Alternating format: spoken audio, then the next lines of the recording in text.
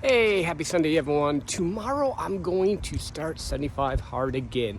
And you might be like thinking, why are you doing it again? You did it in the winter once and completed it. You did it in the summer once and completed it. And you failed a few times trying to do it. Yes, to all of that.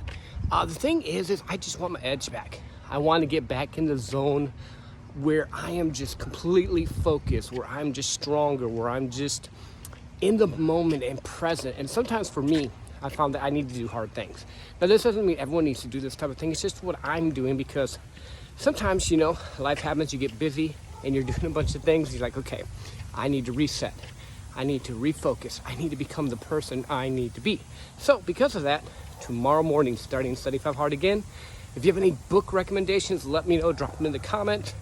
I'm super excited about it. It's been a while since I've done this, and I'm just ready to go and change my path.